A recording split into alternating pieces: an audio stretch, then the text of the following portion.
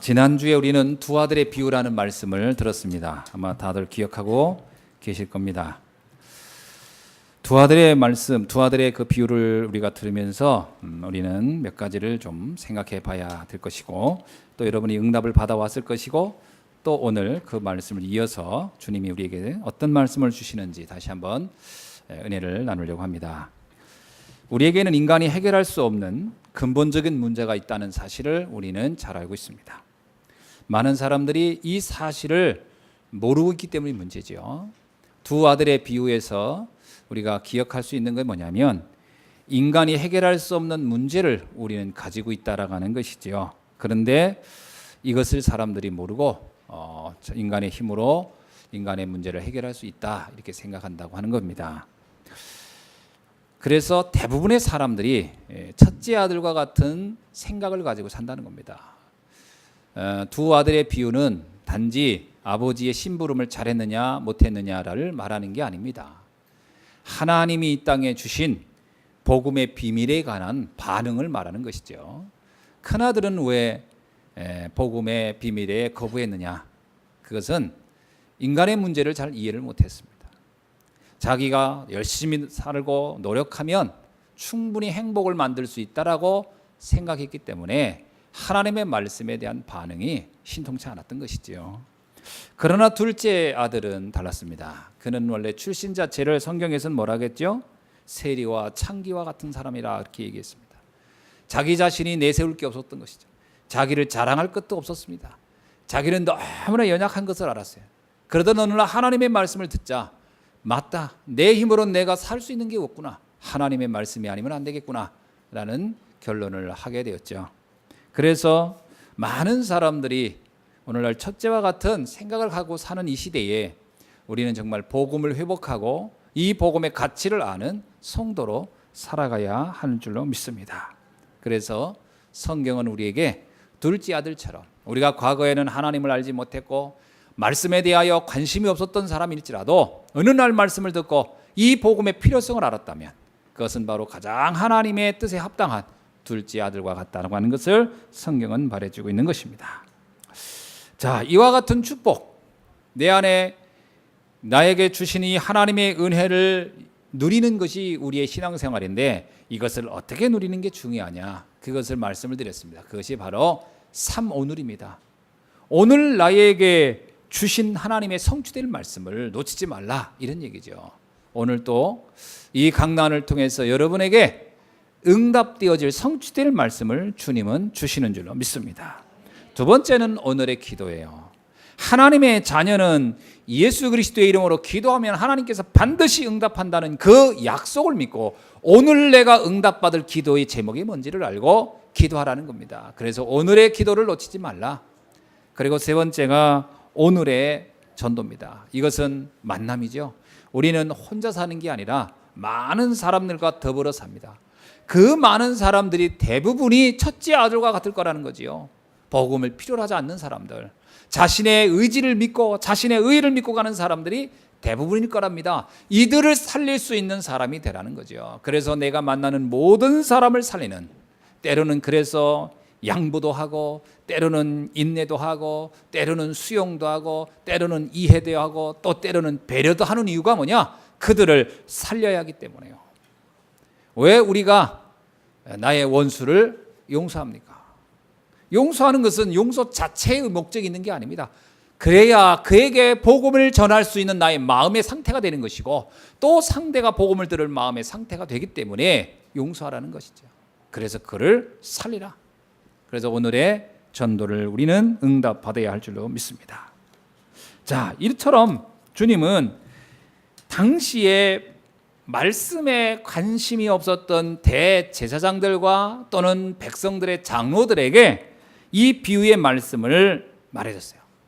비유로 말씀하는 이유는 다른 게 아닙니다. 마태복음 13장 13절에 보면 왜 내가 이 비유로 말하느냐, 그들이 말씀을 전해도 알아듣지 못하고 또 역사를 봐도 깨닫지 못하니까 어떻게 하든지 그들을 알아듣도록 하기 위해서 내가 비유로 말한다, 이런 말씀이 나와요.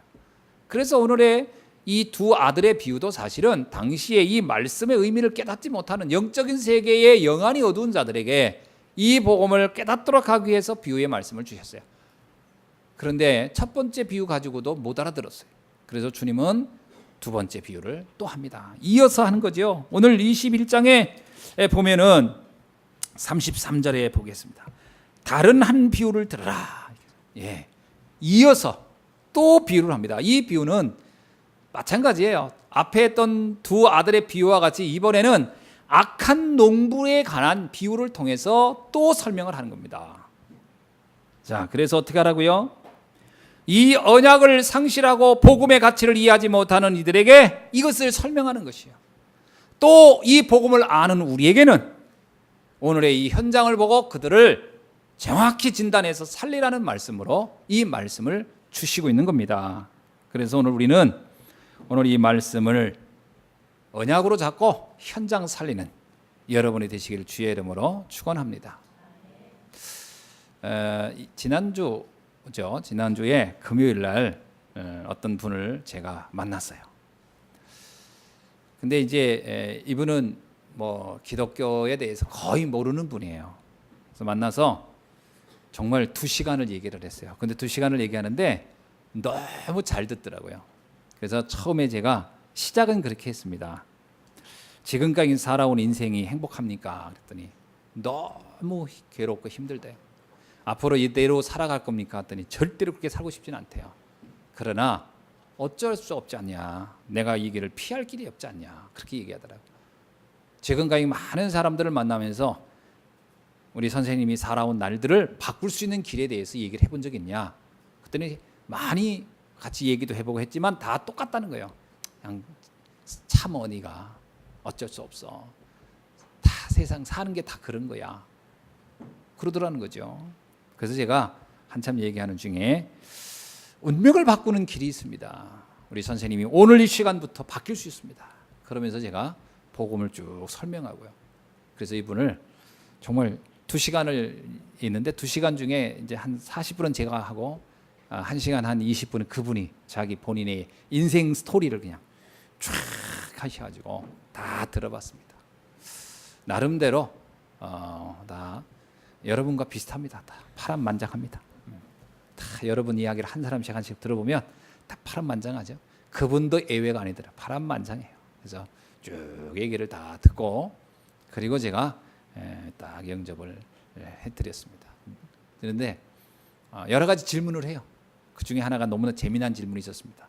우리 선생님은 지금 이 순간부터 하나님의 자녀가 됐습니다. 그랬더니 뭐라는 줄 알아요? 자녀가 이렇게 쉬울 것 같으면, 하나님 자녀가 이렇게 쉽게 될 것 같으면 안 될 사람이 어디 있겠냐는 거예요. 그것도 농담을 하는 게 진지하게. 그래서 내가 선생님을 하나님 자녀 만들어 줄 수는 없다.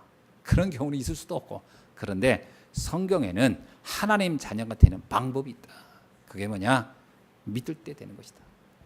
그래서 요한복음 1장 12절을 한 5번을 내가 읽어서 설명했어요. 하나를. 이분이 다시 물었더니 그러면 하나님 자녀가 된 것 같다는 거예요. 그 두 번째, 우리 선생님은 이제 죄인입니까? 의인입니까? 했더니 바로 나오더라고요. 죄인입니다. 아니 그게 아니고 다시 한번 설명한다. 인간 갈라디아서 있는 말씀에서 율법으로는 의롭게 될 수 없나니 하나님의 아들 예수 그리스도를 믿을 때 우리는 의롭게 되느니라. 그 말씀을 쭉 읽어드리고 다시 우리 선생님은 의인입니까? 죄인입니까? 했더니 가만히 있더니 죄인인 것 같다는 거예요. 아무리 생각해도. 그래서 참 진실하다 그랬어요. 제가 진실한데 믿음은 없다. 다시 또 읽어드렸어요. 내가 선생님의 죄에 대해서 잘 모른다. 그러나 뭐 지금까지 내가 1시간 한 20분 들은 바로 이해도 무지하게 죄가 많은 사람인 건 맞다. 근데 그 죄를 누가 해결해 주겠냐? 본인이 해결하겠냐? 주변 가족들이 해결해 주겠냐? 아무도 해결해 줄 수 없다. 근데 하나님이 은혜로 용서해 주겠다고 한다. 근데 이분이 그러는 거예요. 내가 하나님께 한 것도 없는데 어떻게 용서를 받냐는 거예요. 내 교회를 다녔나? 헌금을 했나? 봉사를 했나? 착한 일을 하고 살았나? 한 게 없는데 어떻게 내가 용서를 받냐는 거예요. 맞는 얘기죠? 그래서 내가 그랬어요. 에베소서에 있는 우리가 행위로 구원을 받은 게 아니고 하나님의 은혜로 구원받았기 때문에 아무도 자랑할 자가 없다. 자랑할 것도 없고, 그래서 하나님의 선물이라는 것이다. 오늘 하나님이 선물을 주신다는데 안 받겠습니까? 받겠습니까? 했더니 받아야 되겠죠 하더라고요. 그래서 그것도 한 5번, 6번 해서 했더니 선생님은 의인입니까? 죄인입니까? 했더니 의인인 것 같다고. 근데요, 본인이 의인이라고 하는 말을 하면서 뭐라고 하시냐면 너무 마음이 가벼워진다. 너무 마음이 가벼워진다. 맞다 그랬어요. 하나님은 당신의 그 무거운 짐을 가져가시는 것이다. 이해가 되냐? 했더니 무슨 말인지는 잘 모르겠지만 뭔가 변화가 일어나고 있다. 여러분, 우리가 하나님의 말씀을 이렇게 듣고 깨닫는 거 은혜 중에 은혜인 줄로 믿습니다. 근데 이거 못 알아듣는 사람이 거의 다예요. 그래도 이분은 한 40분 듣고 알아들으시니까 와, 하나님의 은혜다 그랬어요. 얼마나 감사한지. 왜 주님께서 이들에게 계속 이렇게 얘기합니까?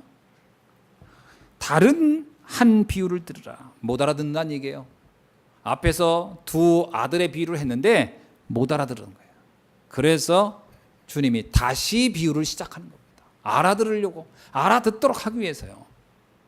오늘날 많은 사람이 말씀을 들으면서도 말씀을 못 알아들어요. 이유는 뭐죠? 내 안에 이미 너무 오래된 거, 너무 오래 각인된 것이 나를 딱 붙잡고 있어서 그래요. 우리가 어떤 편견을 한번 가지면요, 웬만해서는 잘 안 바뀝니다. 편견이 이렇게 무서운 거예요.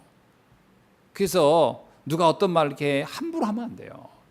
무슨 말 할 때 정말 이게 여러 번 확인해서 진짜 사실인지. 근데 대부분이 아닙니다.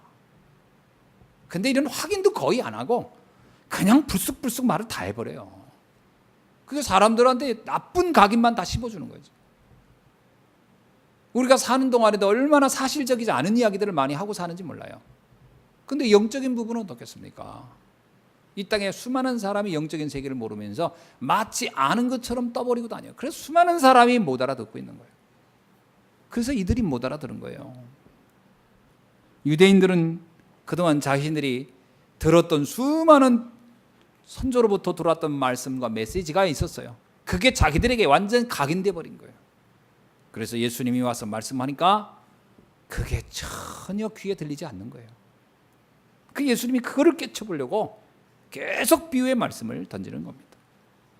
이사야 6장 9절에서 하나님은 이렇게 말합니다. 여호와께서 이르시되 가서 이 백성에게 이르기를 너희가 듣기는 들어도 깨닫지 못할 것이요 보기는 보아도 알지 못하리라 하리라. 하나님께서 알고 있었어요. 얼마나 많은 사람들이 자신의 잘못된 편견 속에 잡혀 있는지를. 이것이 바뀌는 이 비밀이 우리에겐 큰 은혜의 시작인 줄로 믿습니다. 자, 그래서 우리가 오늘 본문을 통해서 첫 번째 깨달을 게 하나 있는데 뭐냐? 축복받을 기회를 놓치지 말아야 한다는 겁니다. 아멘. 따라합시다. 축복받을 기회를 놓치지 말아야 한다. 여러분, 지금이 바로 은혜 받을 때고 지금이 바로 축복받는 시간인 줄로 믿습니다. 많이 나른하세요?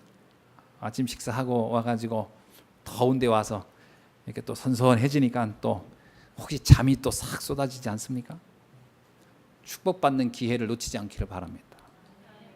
여러분, 사람은 한순간에도 인생이 바뀔 수가 있어요. 한순간에. 그 한순간이 지금일지도 몰라요. 그 한순간을 대부분이 사람들은 놓칩니다. 근데 그 놓치고도 몰라요. 내가 놓치고 있는지도 몰라요. 왜냐? 그만큼 잘 가치를 못 느끼고 중요성을 못 느낀다. 여러분, 지금 이 순간에 예배를 드리는 이 시간이 여러분의 인생의 가장 중요한 시간일 수도 있습니다. 지난주까지는 아무 일이 없던 내 인생에 오늘 변화될 수도 있습니다. 그건 아무도 모르는 거예요. 그건 누구만 아나? 하나님만 아는 거예요. 하나님만. 그래서 속단할 수가 없습니다. 아우, 저 인간 절대로 안 될 거야. 속단할 수 없습니다. 오늘 그 변화의 날이 될 수도 있어요. 어떻게 우리가 장담합니까? 우리가 죽어있는 문체가 아니고 살아있는 인간인데. 대부분 사람들은 축복을 놓치지요. 여러분, 어떤 사람은 한순간에도 축복을 붙잡는 사람도 있어요. 요나서에 보면, 요나서 3장 1절로 10절에 보면 요나가 니느웨 성이라는 큰 성에 갑니다. 니느웨 성을 뭐라고 표현했냐면 한 장정이 3일을 꼬박 돌아야 될 만큼 큰 성이었다. 여러분 장정이 3일 동안 24시간을 자지 않고 계속 걷는 정도의 규모면 그 성이 굉장히 큰 거예요. 여러분, 천안 하루면 다 돕니다. 맞아요, 안 맞아요? 천안 하루면 다 돌지요. 여러분 계속 걸어보세요. 다 돌지. 여기서 온양 가는 거 몇 시간이면 가요? 쭉 걸어서. 내가 볼 땐 걸어서 한 2시간이면 갈 거래요. 2시간도 안 걸릴지 모르겠다. 걸어간다면 장정의 걸음으로. 그 가다 보면 금방 와요. 근데 3일을 계속 돌았다. 그 규모가 얼마나 크겠어요?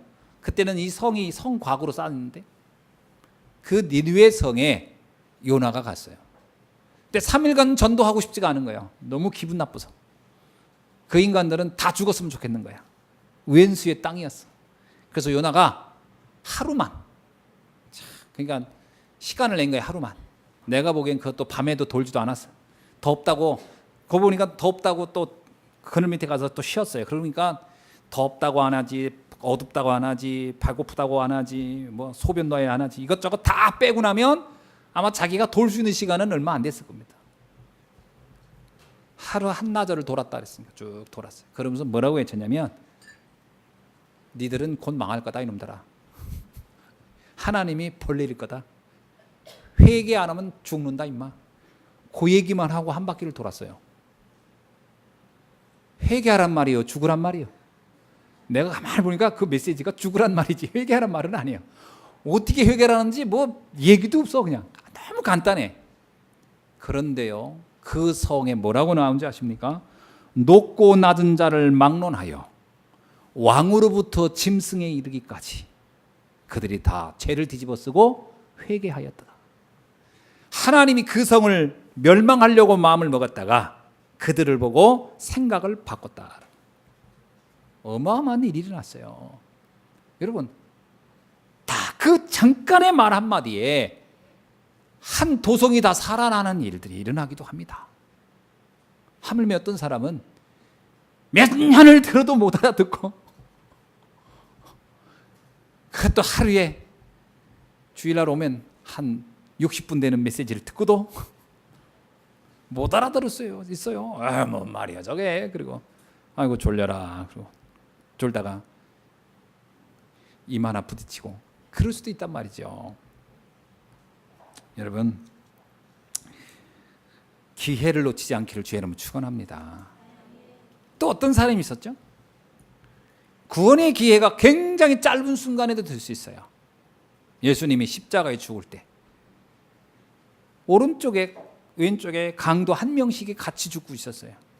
여러분, 얼마나 고통스럽겠습니까? 여러분 생각해보세요. 십자가를 양쪽에는 못을 박았죠. 예? 그리고 다리에도 못을 박았죠. 머리에는 가시로 면류관을 씌워놨죠. 그리고 가슴에는 창으로 던져서 피가 쏟아지고 있죠. 잠깐인 겁니다. 어쩌면 그게 몇 초, 몇 분일지도 모르는 짧은 시간이에요. 그때 있었던 강도 하나가 오늘 나를 낙원에 이르거든 나를 기억해달라는, 예수님을 그 순간에 그리스도를 이해하고요 구원받은 사람도 있어요.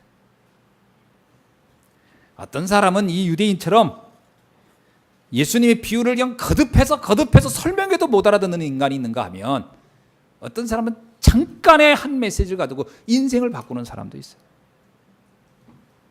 여러분, 오늘 이 축복의 시간이 되기를 주의 이름으로 축원합니다. 그럼 왜 사람들은 이 어마어마한 축복의 기회를 놓칠까요? 아마 여러분 졸고 있는 사람에게도 예배 끝나자마자 자기 이름을 써서 나한테 가져오는 사람은 내가 10만 원씩 주겠습니다. 그러면 요 말은 하나도 안 잊어버리고 다 기억할 겁니다. 이거는 막 누구한테 물어보서라도 아까 뭐라겠어? 이름 왜 쓰라겠어? 뭐 한대? 뭐 준대? 다 확인이라도 해서 아마 여기 있는 사람 중에 한 문도 빠짐없이 다 써가지고 오고 여기에 있지 않은 자식 이름까지 써가지고 가져올 수 있는 사람이 꽤 될 겁니다. 아마 누가 온다 그러면 그 온다는 사람 이름까지 써서 낼 겁니다.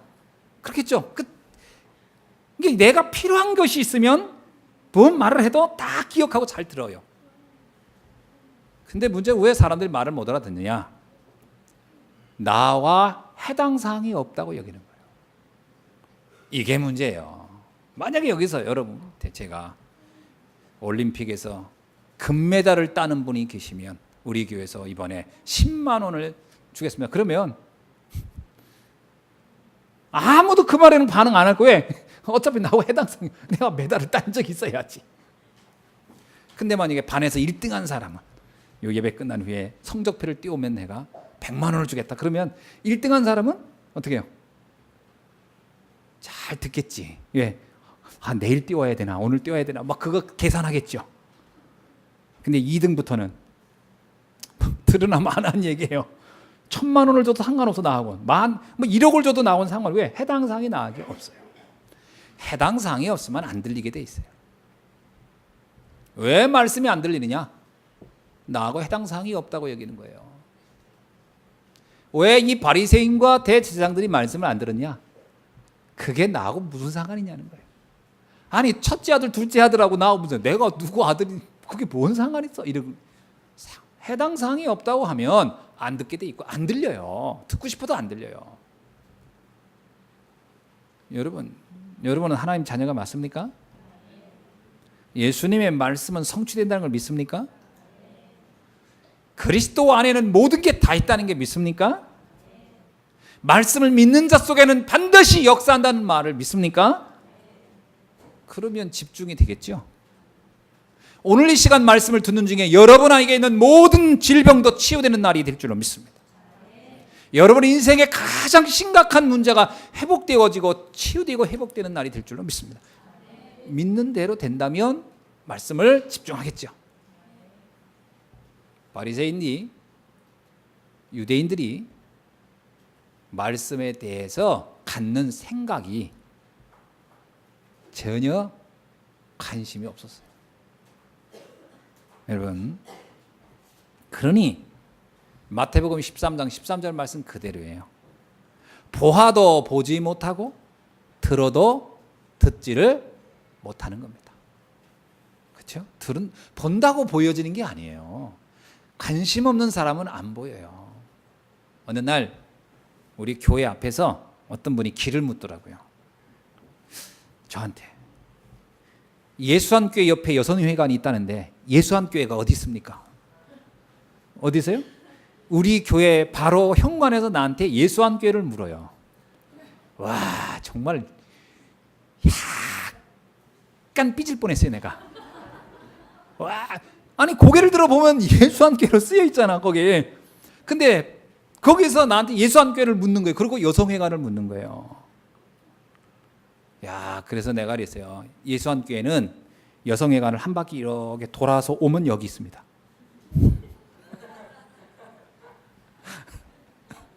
내가 그렇게 얘기했어요. 예수한교회는 여성회관 여기 있는데 저 빨간 벽돌은 이제 저걸 한 바퀴 돌아서 여기로 오면 여기가 예수한교회입니다. 했더니 이분이 처음엔 그게 무슨 말인지 모르고요. 예수한교회를 왜 돌아요? 하더라고요. 근데 하도 기가 막혀서 여기가 예수한교회입니다. 그랬어요. 그랬더니 이분이 그래요? 오더라고. 이게 교회였구나. 나는 빌라인 줄 알았어요. 오더라고. 참 황당하다. 그러니까 본다고 보는 게 아니라니까요. 관심 없으면 안 보여요. 절대 안 보입니다. 저는 누가 저한테 길을 묻거나 제가 길을 알려줄 때 저는 뭐를 근거로 하는지 아세요? 꼭 제가 알려주는 게 있습니다. 어느 교회 옆에 뭐 있어 이렇게 얘기합니다. 저는 가면 교회가 보여요. 제 관심이 교회가 있으니까. 그래서 저는 교회 어디 있다라는 거 웬만하면 알겠어요. 근데 어린이집 다니는 분들은 길을 알려줄 때 뭘 알려준지 아세요? 어린이집 어디로 이렇게 돌아오라는 사람. 애완견하는 사람은 어느 애완견 샵 옆으로 이렇게 와라 하겠죠. 자기가 만약에 뭐 우체국을 다닌다, 또 자기가 은행을 다 그걸 기점으로 설명하겠죠. 자기 관심 분야가 보여요. 자기 관심 분야가 보이는 거예요. 그게 본다고 보는 게 아니라니까요. 들어도 듣는 게 아니에요. 관심이 있어야 들리는 거예요. 왜 랩런트들이 학교 와서 멍 때릴까요? 왜 멍 때리죠? 공부에 관심이 없어요. 왜 공부해야 되는지 몰라요. 멍 때릴 수밖에 없지. 아니 나한테 관심이 없는데. 그러다가 영화 얘기해 보세요. 선생님이 연애 얘기해 보세요. 뭐 어디 가서 뭐 그러면 눈이 반짝반짝반짝해서 왜? 그건 내 관심 분야거든. 여러분 바리새인이 안 들리는 거예요. 어디에 없다? 영적인 데 관심이 없었던 거예요. 따라합시다. 영적인 데 관심을 갖자. 영적인 데 관심이 없는 사람이 영적 메시지가 들리나요? 안 들립니다. 우리 교회에 와서, 우리 예수님교회 와서 말씀을 들으면서 말씀 너무 은혜된다 라고 한다면 여러분은 영적인 데 관심이 있는 거예요. 왜? 저는 영적인 얘기만 하니까. 제 특징이 영적인 얘기만 해요. 여기 와서 육신적인 얘기를 들으려고 하면 무지하게 지루할 겁니다. 그래서 제가 알아요. 새 가족이 딱 왔어요. 특히 지나가다가 온 분들 자세를 딱 봅니다. 대부분 졸아요. 왜? 본인은 지금 뭔가 잘 살고 멋있게 사는 무슨 얘기 듣고 싶어 왔는데 이 목사님 맨 영적인 얘기만 그거 안 들리겠죠. 그래서 마음속으로 저분이 들렸으면 좋겠다. 들리면 은혜 받겠죠. 예수님이 영적인 얘기를 쫙 하는데 바리새인들은 엉뚱하게 생각합니다. 나중에 뭐라고 하죠? 그들이 분노하여 죽이고 싶었어요. 어떻게만 이해했냐? 우리를 무시하는구나. 예수님이 이들을 무시해서 이 말한 겁니까? 아니에요. 이들을 살리고 싶어 했던 얘기예요. 이들을 도와주고 싶어 했던 얘기예요. 근데 이들은 어떻게 이해했죠? 자기들을 무시한다고 생각을 했어요. 참, 우리가 살면서 제일 답답할 때가 뭐냐? 말이 안 통하는 사람하고 대화할 때예요. 나는 도와주고 싶어 한 얘기인데 상대방을 오해하고 있을 때 할 말이 없어요. 그때. 그래서 하는 말이 있습니다. 침묵이 금이다. 그래서 말하고 싶지 않은 게 많잖아요. 못 알아들으니까. 이게 서로 말이 통해야 돼요. 이들은 하나님과 전혀 소통이 안 됐다. 그래서 영적 문제, 영적 축복 전혀 몰랐어요. 영적 문제가 뭡니까? 여러분 내 인생의 모든 문제는 내가 생각이 틀려서, 내가 성실하지 못해서, 내가 열심히 살지 못해서, 우리 부모 때문에, 우리의 내 배경이 그래서, 내가 공부를 못해서, 아닙니다. 하나님 떠난 날로부터 온 거예요. 영적 문제를 봐야 지금 나의 문제가 정확히 보이는 거예요. 사람들은 그러니까 영적 문제를 보는 눈이 없으니까요. 그 문제를 접근하는 방법도 육신적으로 하는 거예요. 그러니까 육신적으로 접근하니까 결과적으로 나오는 게 뭐냐면 사람에 대한 원망과 실망이에요. 아닙니다. 근원은 다른 데서 시작된 거예요. 바리새인들이 자신들에게 지금 일어나고 있는 일과 미래에 일어날 일에 대해서 영적으로 보는 눈이 없었어요. 여러분은 오늘 이걸 보는 눈이 있어지길 주의 축원합니다. 그래야 여러분이 기도가 제대로 되는 거예요. 가정을 놓고 여러분 영적 전쟁을 해야 돼요. 열심히 살게 해주세요. 돈 좀 벌게 해주세요. 공부 좀 열심히 하게 해주세요. 우리의 렘넌트들 그런 시작부터가 틀린 거예요. 하나님, 우리의 가문을 붙잡고 우리 집안을 붙잡고 있고 우리의 후대를 붙잡고 있는, 그래서 생각을 완전히 지금 장악하고 있는 저 흑암의 세력이 예수 그리스도의 이름으로 완전히 결박되게 하옵소서. 영적 전쟁을 선포해야 돼요. 바리새인들은요, 자신들이 지금 이렇게 로마의 속국이 되어 망해가는 게 영적인 거라고 생각 못했어요. 그래서 이들은 육신적인 메시아를 기다렸어요. 어떤 메시아? 정치적인 메시아. 권력을 가지고 힘을 가지고 와서 로마를 다 죽이고 그리고 해방시킬 수 있는 메시아, 철저하게 육신적인 생각을 하고 있는 거예요. 그런데 예수님이 와서 내가 메시아라니까 영적으로 보는 눈이 없으니까 이게 안 맞는 거예요. 그러니까 뭐라고 생각했죠? 불경한 자라고 여긴 거예요. 그래서 죽이고 싶었던 거예요. 영적 축복을 이해해야 됩니다. 뭐가 축복입니까? 예수님이 마태복음 5장에서 축복에 대한 생각을 바꿔주려고 한 것이 팔복입니다. 사람들이 거의 틀리게 복을 알고 있어요. 진짜 복을 받고도 그게 복인지 몰라요.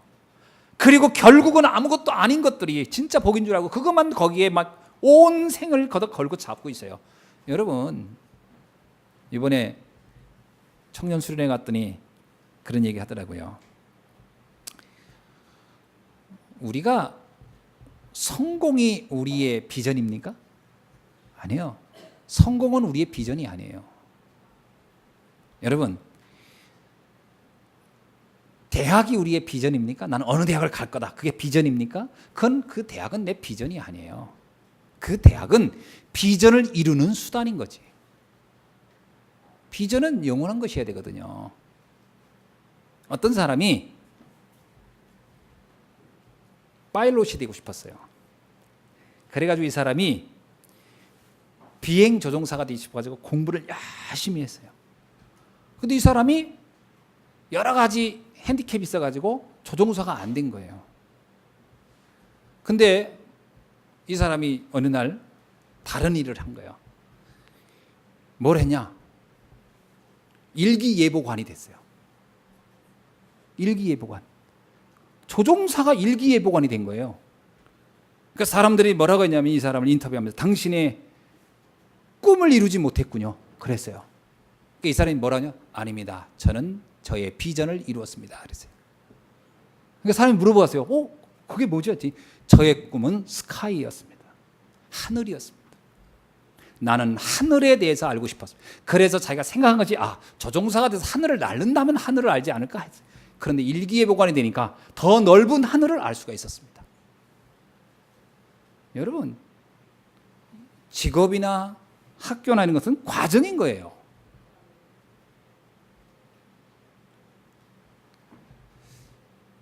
많은 사람이 영적 축복을 이해를 못해요. 우리가 지금 당장 돈을 벌었다, 성공을 했다, 좋은 학교를 갔다, 이게 진정한 축복입니까? 아니에요. 하나님이 약속한 축복은 뭐죠? 하나님과 함께 하는 거예요. 하나님과 함께 하는 거예요. 돈을 쌓아놓고도 하나님과 함께 안 하면 복이겠습니까? 대학을 나와서 명문대를 나와가지고 어마어마하게 사람들이 알아주는데 하나님과 함께하지 않는다면 과연 그게 그에게 복이 되겠습니까? 뭐가 복일까요? 이런 것이 이해가 안 돼 있으니까, 시작부터 다 틀리게 알고 있으니까 인생이 계속 꼬이는 거예요. 계속 절망하고 좌절하고. 그러니까 좀 되면 됐다고 교만하고 안 되면 안 된다고 좌절하고. 아까 찬양이 있었잖아요. 응답이 와도 그리스도, 응답이 없어도 그리스도예요. 하나님과 함께. 성경에 나오는 인물을 보세요. 스데반 어때요? 살아있으나 죽었으나 살아있는 자라 그렇게 얘기해요. 그는 죽었지만 그게 실패한 겁니까? 아니에요. 하나님과 함께. 죽어도 영원히 사는 사람이 있고, 장수에도 죽은 자와 진배 없는 자가 있고, 그 가치를 보고 우리는 살아가는 겁니다. 자,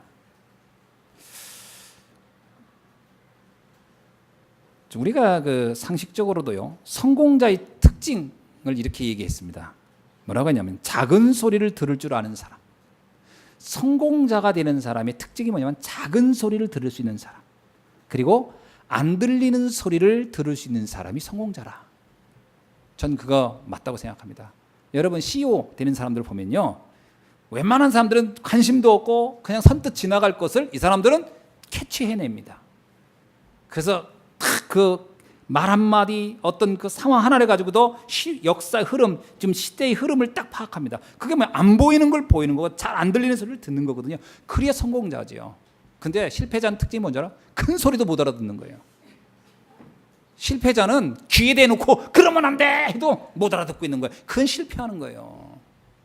앞에다 이따만한 거 걸어놓고 이런 거다 그래도 모르고 있고 다른 데 쳐다보고 있는 이런 실패자지요. 영적 서밋은 뭘까요? 하나님의 사람, 정말 축복자는 뭘까요? 세상에 없는 소리를 듣는 사람이에요. 세상에 없는 소리, 하나님의 소리를 듣는 사람, 세상에 없는 것을 보는 자들이에요. 그게 영적 서밋이에요. 다윗이 뭘 봤습니까? 세상에 있는 걸 봤나요? 아니요, 세상에 없는 걸 봤어요. 요셉이 뭘 들었나요? 세상에 없는 걸 보고 없는 거 듣고 간 사람들이에요. 히브리서 11장 1절에 나오잖아요. 믿음은 바라는 것들의 실상이요 보이지 않는 것들의 증거니라. 그게 영적 서밋이에요. 세상적인 것도 가만히 보면 원리가 다 있어요. 이치가 빨리빨리 이런 걸 우리가 캐치하고요 적용해야 되죠. 유대인들은 어땠죠? 보여지는 것만 가지고 모든 걸 판단하는 사람들이에요. 그래서 안 되는 거였어요. 그 예수님한테 뭐라고, 너는 목수의 아들이 아니냐, 내가 네 형제들도 안다, 순 그런 식으로 사람을 판단하고 평가하니까 그들이 정말 중요한 가치를 볼 수가 없는 거죠. 그죠? 요셉의 형들, 왜 아버지는 쟤한테 좋은 옷을 입힙니까? 눈에 보이는 것만 보는 거예요. 늘 다윗의 형들, 와, 넌 여기 장난하러 왔냐? 보이는 것만 얘기하는 거예요. 그런데 요셉과 다윗을 보세요. 보이지 않는 것을 보고 있어요. 그죠? 여러분, 이걸 보는 눈이 열어지기를 주의 이름으로 축원합니다. 그래야 우리가 정말 축복자가 되는 거예요. 그래야 정말 시대를 살릴 수가 있어요. 여러분의 불신자를 딱 볼 때 보여지는 것만 보면요, 아, 돈도 많지요, 건강하지요, 식관도 많지요, 권력 있지요, 명예 있지요, 사람들 인기도 있죠. 그런 것만 보일 겁니다. 그러니까 오늘날 보면 막 아이돌 하면 막 그냥 꿈이에요. 나도 그렇게 됐으면 좋겠다. 그냥 보여지는 것만 보니까 막 스펙 쌓으려고 난립니다. 보여지는 것만 보니까 안 보여지는 걸 보면 알게 돼요. 저들이 다 허상이구나, 무너지는구나. 멸망으로 가고 있는 소돔과 고모라 상이 다른 게 아니에요. 멸망 직전의 세상이에요. 그게 보여야 세상을 살릴 수 있는 겁니다. 여러분, 이런 눈이 열리는 날이 되기를 주님의 이름으로 축원합니다. 자, 결국은 이게 정말로 안 믿어지니까요, 이 영적인 이야기를 하는 사람들을 어떻게 했죠? 핍박하기 시작하는 거예요. 이단으로 몰아서 막 이제 이들을 다 고통 속으로 핍박하고 하는 겁니다. 박해하기 시작했죠. 심지어는 사도행전 24장 5절로 6절에 보니까 유대인들은 예수 그리스도를 전염병 같은 자요 이단의 우두머리다, 그렇게 얘기를 했어요. 예수님을 뭐라고 했다고요? 전염병 같은 자요 이단의 우두머리라고 막 핍박했어요. 오늘날에도 똑같습니다. 정말 복음만 전하라고 하면요, 사람들은 온갖 이 사단에게 잡혀있는 사람들에 의해서 온갖 음모와 누명을 씌워서 이 복음 운동을 못하도록, 복음이 증거되지 못하도록 막고 있는 거예요. 초대교회 보세요. 베드로 요한이 복음 전하니까 그들을 끌어다가 뭐라고 하죠? 예수가 그리스도라는 것만 전하지 말라. 그러니까 베드로가 뭐라고 해요? 내가 하나님 앞에 서리야 사람 앞에 서겠느냐? 내가 본 것을 내가 어찌 말하지 않겠느냐? 그게 베드로가 얘기하지 않습니까? 그냥 계속 핍박해요. 세상은. 세상에는 진짜 이단이 있죠. 그리고 누명 쓴 이단도 있습니다. 진짜 이단은 어떤 게 진짜 이단일까요? 갈라디아서 1장 8절로 9절에 있는 거예요. 어떤 거냐면 다른 복음을 말하는 겁니다. 이단의 기준은 간단해요. 다른 복음을 말하는 거예요. 자, 예를 들을게요. 왜 여호와 증인이 이단입니까? 여호와 증인이 이단인 이유는 사람들이 이단이라니까 이단입니까? 아니에요. 그들은 그리스도를 부정합니다. 여호와 증인이에요. 하나님만 믿겠다는 거예요. 삼위일체를 부정합니다. 그래서 이단인 거예요. 그리스도를 인정하지 않아요. 여러분, 왜 몰몬교를 이단이라고 하는지 아세요? 몰몬교 이단이 하는 이유는 다른 게 아닙니다. 예수를 천사와 동일한 존재로 여겨요. 몰몬교는 이렇게 얘기합니다. 하나님과 마리아가 성관계에서 태어난 게 예수라. 그게 몰몬교 교리예요. 그래서 몰몬교는 뭐냐면 미국 예수가 따로 있다는 거예요. 그게 요셉 스미스입니다. 그래서 이단인 거예요. 틀린 예수를 말하고 있잖아요. 왜 문선명이를 이단이라고 합니까? 통일교. 문선명이를 그리스도라고 하니까요. 왜 이만희를 우리가 이단이라고 합니까? 신천지를. 조그맣게 그러니까 신천지에서 우리 내 사무실에다가 명함 놓고 갔어요. 그 사람들은 주일날도 전도해. 이거 놓고 왔다니까. 내 사무실이 다 이렇게 아주 제일 중요한 게 성경책 위에다가 이만희 성령님을 믿으라고. 왜 신천지를 이단이라고 하는지 아세요? 신천지가 얼마나 착한 일, 좋은 일 많이 하는데요. 그것 때문에 이단이나 아니나가 아니고 이만희를 성령이라고 하는 거예요. 그래서 이단인 거예요. 안상홍을 왜 이단이라고 합니까? 하나님의 교회. 이름이 하나님의 교회인데. 하나님의 교회인데 이름이 하나님의 교회잖아요. 그게 왜 이단이라고 합니까? 안상홍이를 그리스도라고 하는 거예요. 여러분, 솔직히 말하면 천주교를 우리는 이단이라고 하는 겁니다. 왜 천주교 이단이라는 줄 아십니까? 우리하고 뭐 옷 입는 게 달라서요? 아니에요. 신부님이 결혼 안 해서요? 그것도 아니에요. 그건 이단의 기준이 아니에요. 이유는 딱 하나예요. 마리아를 예수와 같이 믿기 때문에 그런 거예요. 그리스도가 둘인 거예요. 천주교는 정확히 말하면. 그래서 천주가 이단이라고 하는 거예요. 우리가 행위 가지고 보는 게 아닙니다. 어떤 교리가 약간의 틀려서도 아니에요. 그리스도관이 완전 다른 거예요. 이 단이 뭔지 아세요? 끝이 다르다는 얘기예요. 끝이. 왜 끝이 다른지 아세요? 믿을 때는 모르는데 나중에 구원 못 받으니까 문제라는 거예요. 이만희 믿어가지고 구원 받겠습니까? 안상홍 믿어가지고 구원 받겠어요? 마리아 믿어가지고 구원 받겠어요? 그래서 마지막에 가서 잘못 뛰기 때문에 이단이라고 하는 거예요. 이게 구분 못하는 사람도 되게 많더만 이런 거. 그러면 누명선 이단은 뭐예요? 누명선 이단. 정확히 복음인데 정확히 그리스도를 예수가 그리스도가 믿는데 왜 이단이라는 소리 됐습니까? 그건 사단이 그렇게 덮어 씌우는 거예요. 왜? 복음 증거를 막아야 되니까. 대표적인 이단이 누군지 아십니까? 예수님입니다. 예수님은 뭐라 그랬죠? 전염병 같다 그랬어요. 예수님한테. 예수 믿는 사람 막 변하니까. 또 뭐라 그랬어요? 이단의 우두머리 괴수다 그랬어요. 그리고 두 번째 누가 이단 소리 들었어요? 바울. 그래서 바울이 계속 쫓겨다닌 거예요. 복음 전하면서. 유대인들이 이단이라고 뒤집어 씌워가지고. 또 대표적인 루터. 가톨릭에서 루터를 죽이려고 어떻게 했는데요? 이단이라고. 또 이단이 누구 있습니까? 누명쓴 이단도 많아요. 역사에. 요한 웨슬레. 영국의 성공회에서 요한 웨슬레를 이단이라고 누명써서 죽이려고 했잖아요. 이단에 누명쓴 사람 많습니다. 역사적으로. CCC 한국 기독교 선교회 협회 선교 단체들 거의 이단 누명 씌웠어요. CCC, UABF, 뭐 내비게이터. 뭐 여러분 잘 모를 거예요. 대학교 가면 그런 게 다 있어요. 지금. 그 사람들도 오직 예수 전합니다. 그런데 이단이라고 다 누명 씌웠어요. 누가 한 것 같습니까? 교회가 씌웠나요? 아니에요. 교권주의자들이, 종교 지도자들이, 복음에 관심 없는 자들이, 눈에 보이는 세상의 것으로 이익을 얻으려는 자들이 복음 막으려고 누구의 사단에게 잡혀가지고. 인터콥이라고 있습니다. 저기 모슬렘 전도하는 단체예요.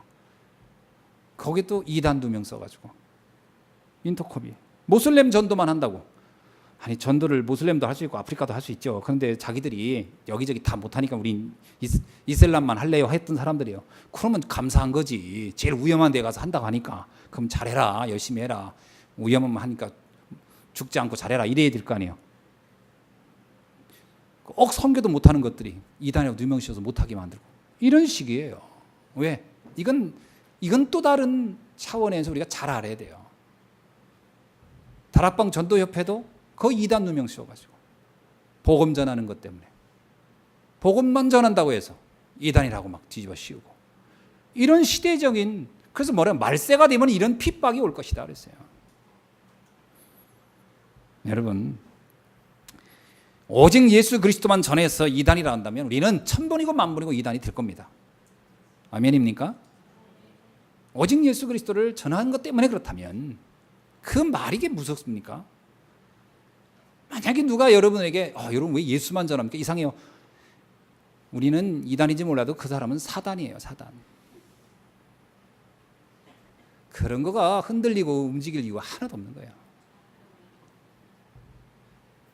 우리가 바리새인들이 예수님을 이단이라고 죽이려고 지금 막 하고 있는 거예요. 이걸 좀 깨달아야 돼요. 정말 복음 운동하면 어려움이 올 수도 있겠구나. 두 번째입니다. 복음을 받을 기회를 놓치지 말아야 할 줄 믿습니다. 복음을 받을 기회란 뭐죠? 복음의 가치를 발견할 수 있어야 되는 거죠. 인간의 문제는 인간이 노력해서 해결될 수 있는 게 거의 없습니다. 오직 그리스도가 아니면 안 돼요. 그래서 바울은 자기 자신의 한계를 로마서 7장 23절로 24절에서 인정합니다. 오호라 나는 곤고한 자로다. 누가 나를 이곳에서 나를 건져내겠는가. 그런데 예수 그리스도 안에서 내가 이 해방을 얻었노라. 바울은 평생을 이 복음의 가치를 알았기 때문에 그 누구보다도 강했고 그 누구보다도 흔들리지 않았습니다. 그래서 우리가 조금만 자기 자신의 진실하면요, 우리는 복음의 가치를 금방 발견합니다. 내게 일어난 지금까지는 과거의 인생의 문제를 놓고 그리스도가 아니면 안 되겠구나는 답이 나오면 복음의 가치를 제대로 붙잡게 되는 거겠죠. 왜 유대인들은 이 복음의 가치를 이토록 몰랐을까? 마태복음 19장 16절로 22절에 나오는 부자 청년의 모습을 우리는 떠올릴 수가 있습니다. 스스로 자기는 완벽하다고 생각했던 생각. 인간은 절대 완벽할 수가 없거든요. 모든 인간은 죄인이에요. 모든 사람은 하나님의 은혜가 필요한 사람이에요. 모든 인간은 그리스도가 아니면 안 될 문제를 가지고 있어요. 이것이 발견되고 깨달아지는 순간부터 그리스도에 대해서 우리는 굳게 붙잡게 되는 줄로 믿습니다. 그래서 주님이 오늘 본문에서 유대인을 향해서 뭐라고 했죠? 너희는 악한 농부라는 거예요. 악한 농부. 이 악한 농부 어느 정도 악한 농부냐? 지금까지 복음 전했던 선교사들 다 죽여버리고 심지어 예수님도 십자가에다 매달아 죽였던 그 악한 농부들이 바로 너희들이다. 그 얘기는 지금 이 마태복음 21장 33절로 46절을 보면 아직 이들이 예수님을 십자가에 달기 전입니다. 그러나 예수님을 알고 있었어요. 이들이 나를 미워하는 정도가 결국은 나를 죽이는 데까지 갈 것이다. 그래서 너희는 악한 농부라. 그걸 미리 알려준 거예요. 미리 알려준 건 뭐예요? 예방하라는 거예요. 피하라는 거예요. 그런 정말 나를 죽이고 싶은 마음이 들거든. 그때 내가 한 메시지가 떠올려야 된다는 거예요. 맞아, 우리가 이렇게 가는구나. 큰일 났다. 아니구나. 이분이 알고 있었구나. 돌아서야 되거든요. 근데 이 메시지를 듣고도 자신에게 적용을 못했던 거죠. 예수님은 본문에서 그럽니다. 망대를 짓고 여러 가지 이들에게 그 세를 주고 주인이 갔는데 나중에 그것이 자기 거 있냐? 그걸 소유하고자 주인이 보낸 종들 다 죽이고 심지어 주인의 아들도 죽여버렸더라. 그 주인은 하나님을 말하고요. 주인의 종들은 선지자를 말하는 거고요. 주인의 아들은 예수 그리스도를 말하는 거예요. 무슨 얘기죠? 너희들이 말씀을 듣지 않으면 어디까지 악해질 수 있는지를 미리 말해주는 거예요. 우리가 복음을 모르면요, 사람은 정말 자기는 잘하고 있는 건 줄 알지만 복음을 가로막는 최앞장에 서게 되는 거예요. 그게 대표적인 인물이 바울이에요. 바울은 자기는 하나님을 잘 믿는다고 여겼어요. 그러나 그는 많은 기독교인들을 죽였어요. 어느 날 자기가 깨달았어요. 야, 내가 어마어마한 죄를 범하고 있었구나. 바울이 깨달았죠. 여러분, 복음을 모르면 아무리 착해도 아무리 선해도 그것은 껍데기에 불과한 겁니다. 복음을 알아야 돼요. 아멘. 주님은 그걸 얘기하는 거예요. 지금 우리의 지금 수준, 성품 이게 중요한 게 아니에요. 그 내면에 이 복음의 가치를 알고 있느냐? 이거를 모르면 우리는 창세기 3장 상태 그대로 있는데, 창세기 3장 상태 그대로 있는 내 인생이 어떻게 되겠냐? 여러분, 해적선을 탄 해적이 아무리 착하면 뭐예요? 해적선을 탄 해적이 너무 성실해. 그래서 해적선을 매일 닦아, 기름칠하고. 더 나쁜 놈이요, 아주 이 해적선이 아주 침몰도 안 되게 만드는 거예요. 거기다 이 사람이 너무 착하기까지 해가지고 멀미하는 친구들 막 다 받아주고 위로해주고 격려해주고 힐링시켜줘. 더 나쁜 놈이요 그냥. 그래가지고 멀미도 안 하고 도둑질 하자는 얘기인데, 그러니까 해적선이란 운명 자체가 안 바뀐 상태의 사람이 아무리 그 안에서 선해도 그건 해적일 뿐이에요. 근본이 바뀌어야 돼요. 근본이 바뀌어야 돼요. 그래서 우리가 예수가 그리스도라는 이 비밀을 붙잡고 운명을 바꾸는 축복의 날이 되길 주의 이름으로 축원합니다. 그래서 실상과 허상을 잘 구분해야 돼요. 여러분, 언뜻 보면 율법의 규모를 갖추고 아주 경건하게 사는 것 같이 살면 사람들은 그것이 대단한 건 줄 압니다. 거기에 많은 사람이 속는 겁니다. 사람들은 거의 외모나 규모를 보고 쉽게 흔들려요. 디모데후서 3장 5절에 이런 말씀을 합니다.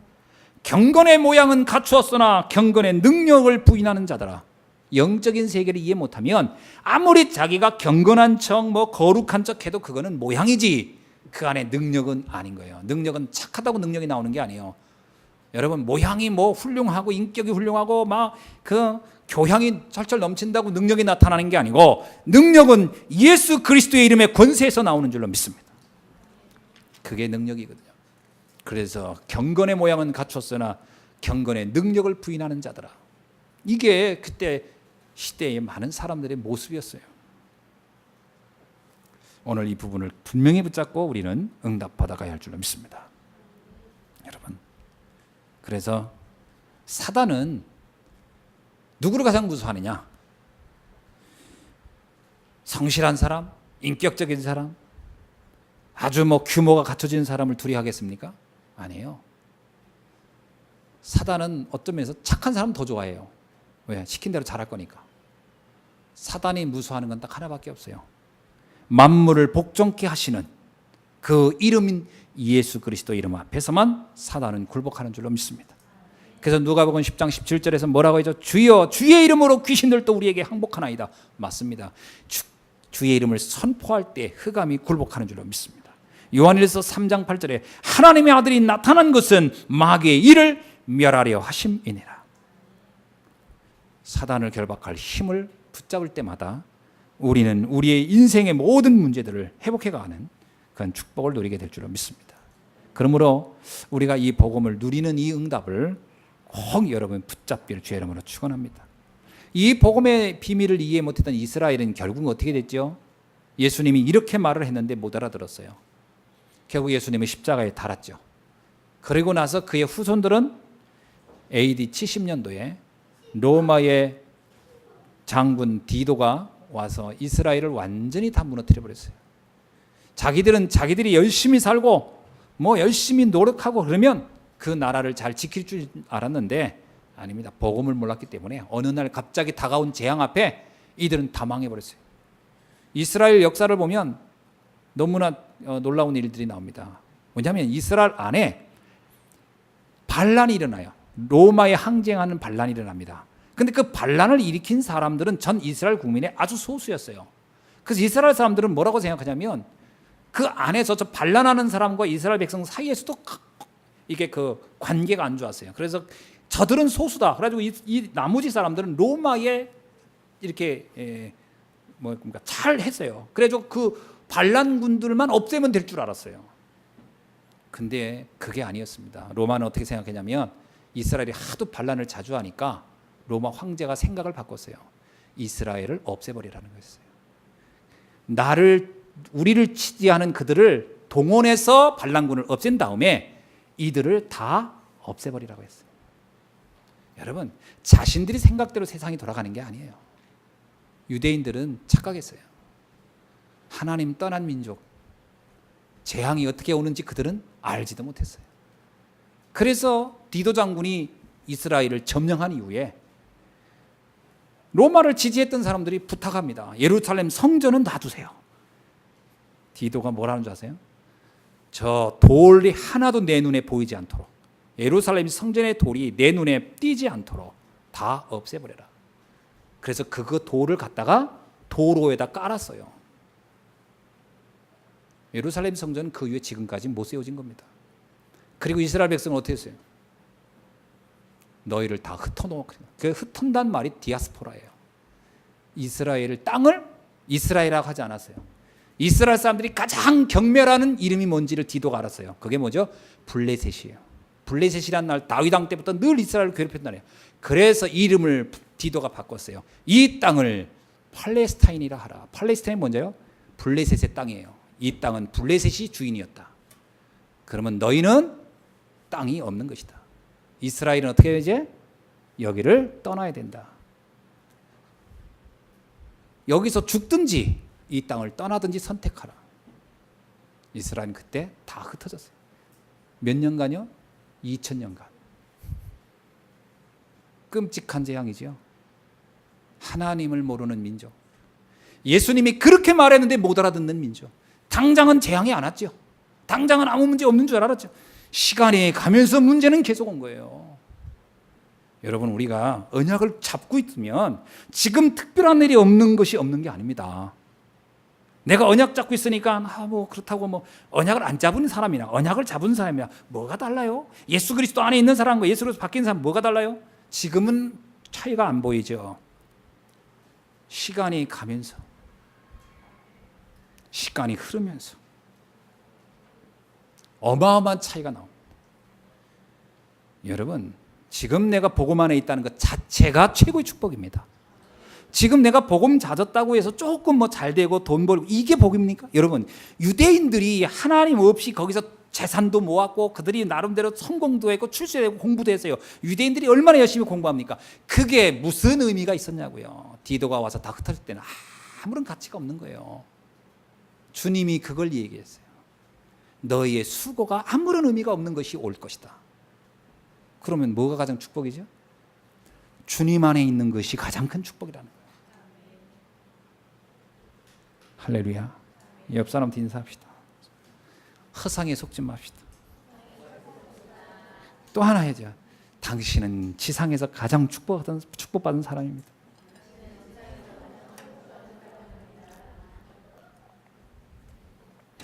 믿어지세요? 아니, 목사님 한 1억씩 10억씩 돈이 떨어져야 복 받았지 그것도 없는데 속지 않길 바랍니다. 누가 그런 글을 썼더라고요. 어느 날 내가 원치 않던 돈이 생기면 원치 않던 재앙도 따라오는 것이다. 여러분, 도둑놈은 여러분같이 지금 돈 없을 때는 여러분 집을 노리지 않아요. 잘 생각해 보세요. 여러분이 이제 돈이 생겨서 집에 좀 쌓아놓고 막 뭔가 있을 것 같죠. 그러면 도둑놈도 눈이 반짝반짝 빛나기 시작합니다. 생각지 않던 재물이 생기면 생각지 않은 재앙도 따라온다 그랬어요. 전 그거 명언이라고 생각해요. 하나님 안에서 복음을 위하여 재물이 와야 돼요. 생각지 않는 재물이 아니라 알고 있던 재물이 와야 돼요. 복음을 위하여 준비된 사람에게 준비된 재정이 와야 돼요. 그러면 재앙이 따라오는 게 아니라 주의 천군 천사가 따라오겠죠. 그래야 그 재물이 여러분 복이 되겠죠. 아멘. 여러분, 그래서 모든 축복을 받았다는 사실을 잊지 않기를 주의 이름으로 축원합니다. 여러분, 그래서 가장 행복자요 축복자입니다. 할렐루야. 자, 말씀을 맺습니다. 구원받은 하나님의 자녀와 불신자의 차이를 구분할 수 있어야 되겠죠. 어떻게 구분합니까? 겉으로는 알 수가 없어요. 당장 겉으로는 드러나는 게 아무것도 없어요. 어쩌면 더 구원받은 우리의 모습이 구원받지 못한 불신자보다 더 못할 수도 있어요. 그렇죠. 초대교회 보세요. 바리새인들은 휘황찬란한 옷 입고 예루살렘 성전에서 거창하게 살았어요. 그러나 초대교회 성도들은 다 갈릴리 출신이고 가난했고 가진 게 없어요. 있는 집도 없었어요. 마가다락방에 모여서 그야말로 합숙하고 있었어요. 누가 과연 세상의 시대의 주인공이었는가? 그거는 역사를 보면 압니다. 하나님이 여러분과 함께하는 거예요. 고린도전서 3장 16절 뭐라겠죠? 너를 주의 성전 삼아 너와 영원히 함께하리라. 아멘. 그러면 됐죠. 두 번째입니다. 구원받은 하나님의 자녀가 지금부터 여러분이 조금만 관심을 가질 게 있어요. 그게 뭐냐? 하나님은 24시간 축복하려고 준비하고 있습니다. 그 축복을 받을 준비를 하면 돼요. 그래서 말씀을 자꾸 조금만 묵상하고 하나님을 조금만 집중하고 그리고 그걸 내 삶으로 조금만 가지고 와서 누린다면 우리는 하나님은 이 시대 최고의 정상에, 그래서 싸우지 않고 승리하게 하시며 노력하지 않고 성공자의 자리에 주님은 우리를 세우실 줄로 믿습니다. 이때부터 7가지 축복이 따라오는 거예요. 그건 뭐 설명을 간단하게 하면 주님은 우리에게 약속하신 사도행전적 역사를 다 이루십니다. 어디까지요? 여러분을 통해서 세계 살리는 주인공이 되는 사도행전 1장 8절의 주인공, 땅끝까지 이르러 나의 복음이 증인이 되게 하리라. 그 일을 여러분은 하게 될 것입니다. 마지막 선고 3가지를 말씀드리고 마치려고 합니다. 이 3가지를 왜 하냐? 속지 말라고요. 그 왜 속느냐? 지금 당장 내게 바뀐 게 없다고 생각하기 때문에. 그래서 어제도 그 분 영접하고 제가 마지막에 간절히 부탁한 게 있어요. 주님을 영접한 이후에 당신에게 아무런 변화가 없다고 착각하면 안 된다. 이미 생명이 심어졌기 때문에 주님은 역사하고 있다. 그걸 기억하시라는 것 얘기를 했어요. 그래서 3가지 선구를 그분에게 알려줬어요. 여러분에게도 알리고 싶어서 제가 드립니다. 빌립보서 1장 6절입니다. 너희 속에 착한 일을 시작하신 이가 그리스도 예수의 날까지 이루실 줄을 우리가 확신하노라. 주님은 이루어 가십니다. 빌립보서 2장 13절입니다. 너희 안에서 행하시는 이는 하나님이시니 자기의 기쁘신 뜻을 위하여 너희로 소원을 두고 행하게 하신다니라. 아멘. 우리 안에 자기의 뜻을 놓고 하나님은 이루어 가시는 거예요. 3번째입니다. 빌립보서 4장 19절입니다. 나의 하나님이 그리스도 예수 안에서 영광 가운데 그 풍성한 대로 너희의 모든 쓸 것을 채우시리라. 하나님의 뜻을 이루기에 합당한 자로 주님은 우리를 만들어 가시고 역사하시고 또 필요를 채워주시는 줄로 믿습니다. 꼭 이걸 말씀을 언약으로 잡고 의심하지 마시고 누리길 주의 이름으로 축원합니다. 기도하겠습니다. 하나님 감사합니다. 오늘 주신 말씀을 우리가 언약으로 굳게 붙잡고 내 인생의 가장 중요한 축복의 터닝 포인트가 되는 오늘이 되게 하여 주시옵소서. 오늘 이 말씀 중에 한 말씀이라도 붙잡고 내 인생을 바꾸는 날이 되게 하여 주시사. 하나님 정말 요나의 메시지를 듣고 니느웨 성 전 백성들이 한순간에 바뀐 것처럼 오늘 이 말씀이 우리의 인생 전체를 바꾸는 축복의 날이 되도록 인도하시고 축복해 주옵소서. 그래서 앞으로 나를 통하여 하나님의 위대한 계획을 성취시켜 주시고 하나님의 놀라운 뜻을 이루어가는 사명자가 되게 하옵소서. 살아계신 주 예수 그리스도의 이름으로 기도하옵나이다. 아멘.